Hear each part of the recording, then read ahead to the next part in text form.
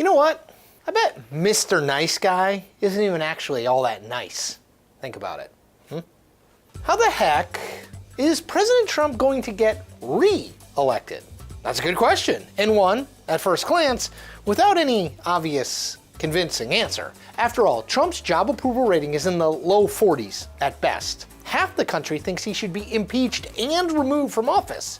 He does something almost every single day that defines the office of the presidency, bloop, downward. But Trump won once, which means that assuming he can't do it again makes an ASS out of you and me. Get it? Sidebar. Yes, I know that's a dad joke. I'm a dad. I get to tell those jokes. Also, sidebar to the sidebar. All of my favorite shows are on PBS. And sidebar to the sidebar. And we now have a pretty good indication of how exactly Trump is going to try to convince a skeptical public that he deserves 4 more years. So during Game 7 of the World Series, Go Nats, President Donald Trump's campaign launched a 7-figure national ad buy, a 30-second commercial touting his first-term accomplishments on, among other things, terrorism, the economy, and immigration. President Trump is changing Washington, creating 6 million new jobs, 500,000 new manufacturing jobs, cutting illegal immigration in half, obliterating ISIS. The real key to that ad, and the bit that you need to pay very close attention to, comes in the final moments of the commercial when the narrator says this of Trump, quote, "He's no Mr. Nice Guy, but sometimes it takes a Donald Trump to change Washington," end quote. So those 2 sentences are of huge import, and whether people buy into them or not will almost certainly tell you if Trump is going to be president in 2021.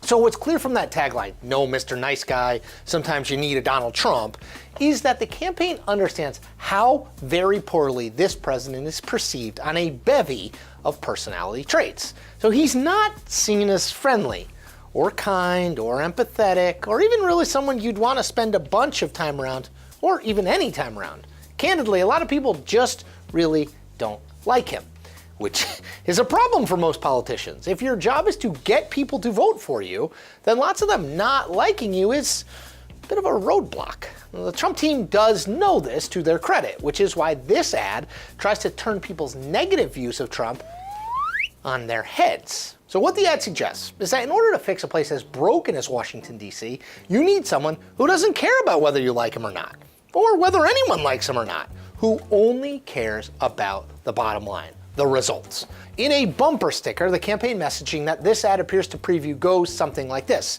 Yeah, he's a jerk, but he's a jerk who gets results.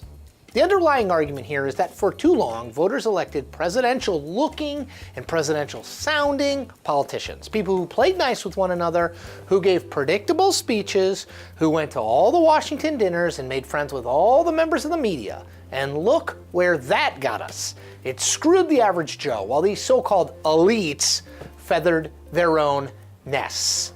Trump's lack of manners, his bullying, his at times outrageous and dangerous rhetoric are, under this formulation, simply proof points of how different he is than all of the failed politicians who have come before him. Democrats don't like him. Even some Republicans don't like him. The media is outraged. Good. They should be. That's the whole point. There's at least some reason to believe that that sort of positioning, politically speaking, could work for Trump. The 2016 exit poll, just a poll of everyone who voted, or at least portions of people who voted, explains why. Just 1 in 3 voters said that Trump was honest and trustworthy. He won 1 in 5 voters who said he wasn't honest or trustworthy. About the same number, 35%, said Trump had the temperament to be president. Again, he won 1 in 5 voters who said he didn't have the right temperament to be president. Voters. In virtually every previous election, those numbers guarantee a loss. After all, how does a candidate that 2/3 of the country thinks isn't honest and doesn't have the right temperament to be president wind up being president? The answer, at least in the last election, is also contained in that exit poll. Asked which candidate quality mattered most to them in deciding their vote, almost 4 in 10, 39%, named can bring change. Of that group, Trump won 82% of their votes to 14% for Hillary Clinton. So, the desire for radical change in Washington trumped absolutely everything else in these critical voters' minds. They were so sick of the status quo that they're willing to vote for someone in Trump who they neither liked nor trusted. Which, take a break and a pause, is a remarkable thing.